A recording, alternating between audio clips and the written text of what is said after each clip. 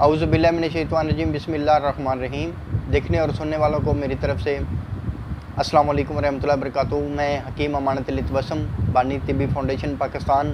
आज आप लोगों के लिए एक बहुत ही मुजरब नुस्खा, ये भी ख़वातीन के लिए नुस्खा है, बहुत ज़बरदस्त नुस्खा है।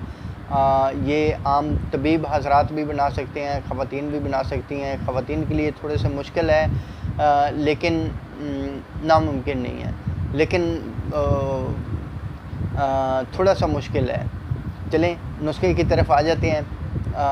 तो नुस्खे की तरफ आने से पहले कोशिश करें, नुस्खे की तरफ आने से पहले सबसे पहले मेरी आप देखने और सुनने वालों को एक छोटी सी रिक्वेस्ट है कि अभी तक मेरा चैनल किसी ने सब्सक्राइब नहीं किया तो मेरे चैनल को सब्सक्राइब करें, लाइक करें और बेल वाले बटन को लाजमी दबा दिया करें, ताकि आने वाली जितनी भी वीडियो वो नोटिफिकेशन के ज़रिए आप लोगों को मिल सके। तो अब आते हैं नुस्खे की तरफ। ये नुस्खा है रैम में जो पानी की थैलियाँ वगैरह बन जाती हैं, सोजिश हो जाती है, इन्फेक्शन हो जाती है, आप अल्ट्रासाउंड वगैरह करवाती हैं तो वो कहते हैं कि यूट्रस के अंदर पानी की थैलियाँ बन चुकी हैं। तो ये कोई मुश्किल काम नहीं है। अल्लाह ताला ने कोई ऐसी मर्ज़ पैदा नहीं की जिसका इलाज नहीं है। तो अब आते हैं नुस्खा की तरफ। आप लोगों ने छोटा सा नुस्खा है, सादा सा नुस्खा है, इसको नोट भी फरमा लें, नीचे मैं लिख के भी सेंड कर देता हूँ ताकि आप लोगों को लिखने में कोई दुश्वारी ना हो। तो नुस्खा के कुछ अज्जा हैं। ये आप लोगों ने हल्दी ले लेनी है, साबुत हल्दी साबुत ले लेनी है।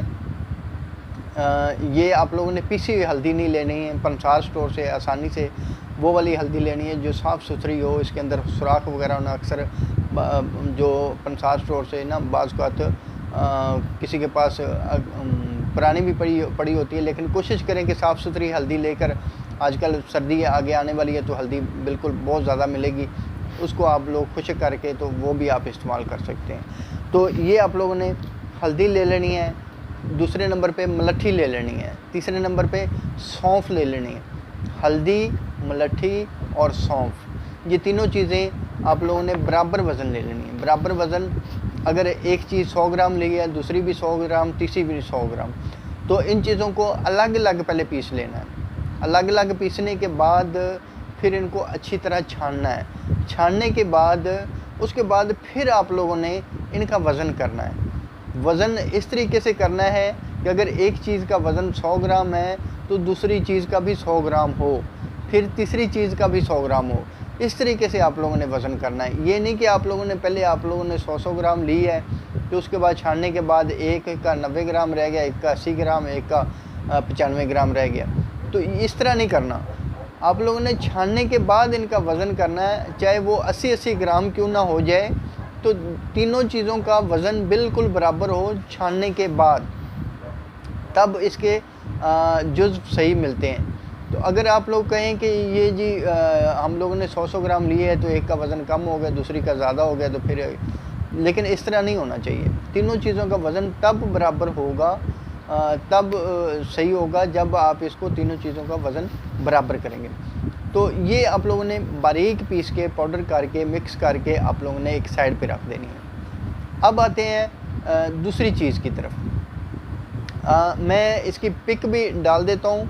अगर ख़वातीन घर में बनाना चाहती हैं तो कोई मुश्किल नहीं, लेकिन थोड़े से मुश्किल भी है तो बता देता हूँ। असगंध आप लोगों ने ले लेनी है। इंडिया वालों के लिए तो आसानी है, असगंध नागौरी बड़े मशहूर मरूफ है, लेकिन इसकी पिक भी मैं डाल देता हूँ। असगंध आप लोगों ने ले लेनी है। जो ऊपर वाला हिस्सा है उसकी टहनियाँ, फल, फूल, पत्ते, ये सारी चीज़ें वो आप लोगों ने ऊपर से काट के तो अलग आप लोगों ने साइड पे रख लेनी है। ये आप लोगों ने इसको छाँव में, धूप में, छाँव में खुश्क करके इसको जला लेना है। इसको जलाने के बाद इसका जितना भी वज़न होगा जो राख का, वो आप लोगों ने कम से कम 3 से 4 किलो इसके अंदर पानी डाल देना है। लेकिन पानी आप लोगों ने किसी प्लास्टिक के टब में या शीशे के टब में आपने डालना है, किसी लोहे के या किसी और चीज़ में नहीं डालना, वरना इसका असर थोड़ा सा ज़ायल हो जाता है। 4 किलो पानी, अगर 1 किलो राख है तो आपने इसके अंदर 4 से 5 किलो इसके अंदर पानी डाल देना है।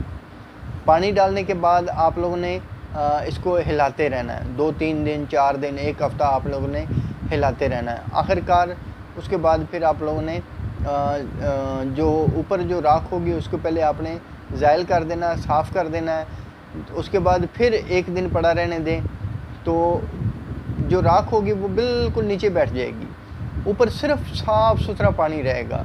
साफ़ सुथरे पानी को आप लोगों ने एक बार नितार लेना है अच्छी तरह, किसी खुले बर्तन में वो आप लोगों ने पानी निकाल लेना है। तो एक सिल्वर का बर्तन लें या फिर स्टील का बर्तन लें या फिर रोगनी हांडी लें। उसके अंदर उस पानी को आप लोगों ने पकाना है। पानी को आप लोगों ने कोशिश करना है कि अगर काटन रख के तो उसको नितारा जाए, उसको साफ़ किया जाए, उसको मुकत्तर पानी बोलते हैं, पानी मुकत्तर कर लेना है, साफ़ सुथरा पानी हो, तो उस पानी को आप लोगों ने पकाना है। जब पानी को आप लोग पकाएंगे, पकाते रहना है, तो एंड पे बिल्कुल आखिर में आके उस पानी के नीचे सफ़ेद किस्म की दवाई तैयार होगी, उसको आप लोगों ने बाहर निकाल लेना है। बाहर निकालने के बाद इसको बारीक पाउडर कर लेना है। जो पीछे आप लोगों की राख बच चुकी है उसको आपने अभी ज़ाया नहीं करना, उसके अंदर आप लोगों ने फिर कम से कम 3 से 4 किलो पानी डालना है, उसको हिलाना है, 2-3 दिन, 4 दिन, 5 दिन हिलाते रहना है। उसके बाद फिर आप लोगों ने उस पानी को वैसे ही उसी तरीके से साफ़ करके तो फिर आपने पानी पकाना है। जितनी दवाई आप लोगों की पहले निकली है उससे तकरीबन 3 गुना कम जो है ना वो फिर थोड़ी बहुत अब निकल आएगी। तो वो दवाई सारी आप लोगों ने इकट्ठी करके बारीक पाउडर करके वो जो नमक तैयार होगा, असगंध का नमक, वो आप लोगों ने एक शीशे के जार में बंद कर लेना है। अगर खुला रखेंगे तो वो पानी बन जाएगा, अगर पानी बन गया तो फिर उसको दोबारा हीट देनी पड़ेगी इसी तरीके से। तो वो फिर आप लोगों ने एक चावल खुराक सुबह खाली पेट देनी करनी मरीज़ को। एक चावल खुराक सुबह खाली पेट देनी है। और जो पहले वाला नुस्खा बना हुआ है हल्दी मलठी सौंफ वाला, तो ये आप लोगों ने 1000 mg के कैप्सूल, एक कैप्सूल सुबह एक शाम 2 टाइम, जिसको 00 कैप्सूल कहते हैं, 1000 mg का कैप्सूल, वो एक कैप्सूल सुबह एक शाम को, और सुबह खाली पेट नमक असगंध। तो मेरे पास भी पड़ा हुआ है, मैं आप लोगों को दिखा देता हूँ। तो ये देखें, ये मैंने बंद करके रखा हुआ है। तो ये देखें, ये नमक असगंध मेरे पास तैयार पड़ा है। ये मैं शीशे के जार में रखा हुआ है, ये मैंने ऊपर शापर भी लगाया हुआ है ताकि ये पानी ना बन जाए। अक्सर ये पानी बन जाता है। तो ये आप लोगों ने एक चावल खुराक देनी है मरीज़ को सुबह खाली पेट। 1 महीना लगातार दें, 1 महीने के बाद जाके रिपोर्ट करवाएं, तो इंशाल्लाह पानी की थैलियाँ बिल्कुल क्लियर हो जाएंगी। अगर कोई ख़वातीन या मर्द हजरात इस तरह की चीज़ नहीं बना सकते तो आप किसी भी करीबी किसी सीनियर तबीब से ये वाला नुस्खा बता के वहाँ से ले सकते हैं। मैं खुद ये सेल करने वाली बात नहीं करता, आप लोग बस दुआओं में याद रखिएगा, क्योंकि हमारा काम था आप लोगों को बता देना। तो इंशाअल्लाह ताला आप लोग सिर्फ दुआएं देंगे। तो अल्लाह ताला आप सबको खुश रखे, अपने हिफ्ज़-ओ-मान में रखे, बंदा ना चीज़ को दुआओं में याद रखिएगा। अस्सलाम वालेकुम रहमतुल्लाहि व बरकातुहू।